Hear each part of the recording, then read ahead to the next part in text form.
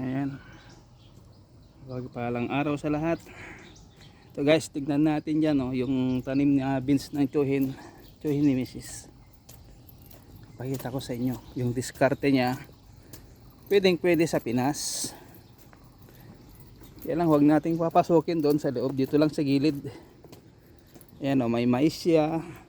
May saging. Ito yung beans niya, ayan mga lang, tulos. Nakatali lang ng plastic. Yan, ganyan Yan, pwede yan sa Pinas.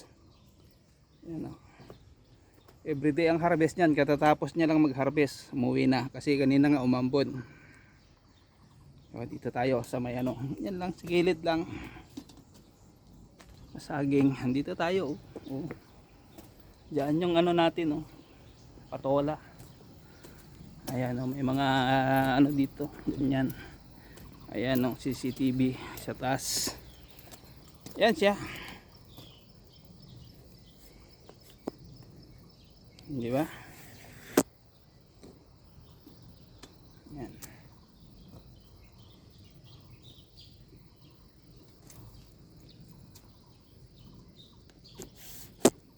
Yan ang diskarte niya. Dito tayo sa taas sa daan. Yan Ayan, bukas yan ang harvest niyan. Baka din niya pa natapos kasi kanina umambon. Siyempre, uuwi na yon.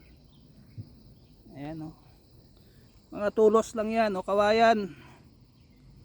Ganyan, pwede yan sa Pinas Mahirap lang kasi mahirap magbenta sa Pinas. Di gaya rito na dalhin mo lang sa bagsakan. Okay na, mabebenta mo na. Daming bunga daming bulaklak. Nagki-spray na rin to. Kaya lang siyempre harvest na, kailangan harvestin din sprayin nyo ulit kasi marami ng uod sa panayang ulan. Ganyan yan sa baba. Yan guys yan may bunga sa baba. Ayan pakyat. Yan siya mamunga. Ayan. Kaya lang mahirap lang mag-harvest pag ganito. Ayan masyadong dikit. Yan guys, ayan mga chicken manure yan, tayo ng manok. Nilalagay-lagay niya lang dyan sa gilid. Ganyan diskarte niya lang para may gagawin. Pero yan lahat yan lupa niya, pinarentahan niya yan. Yan yung may mga pwedeng umakyat sa taas na may naka-install na akyatan. Dito sariling diskarte lang to, mga tulos lang. Ayan bunga diba?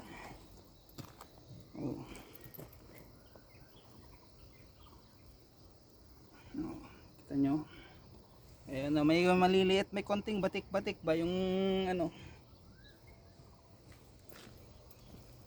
Ayan, konti lang to. Ayan mga 10 by 20 lang to.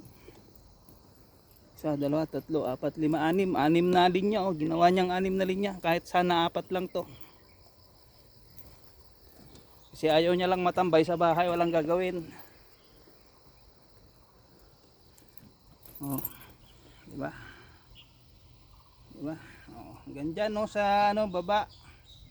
Pansinin nyo sa maraming yung mga kinain ng sinira ng uod sa mga baba sa ground.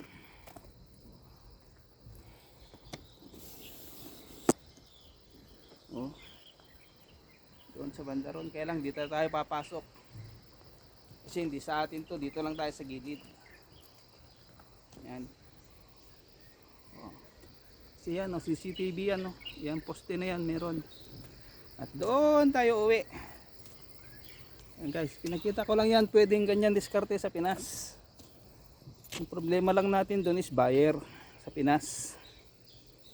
So hanggang sa muli, ito lang yung makikita natin dito sa garden ni Uncle. Yan. Ito lang yung pagitan namin, irrigation lang. Ito naman tanim namin dito, patola. So ano, hanggang dito na lang at tayo mag-harvest na rin sa ating patola. At nang ma-sprayan na. Oh, makulimlim na pero at least hindi na ulan sigurado yan. So hanggang sa muli po. Thank you so much everyone. Bye bye.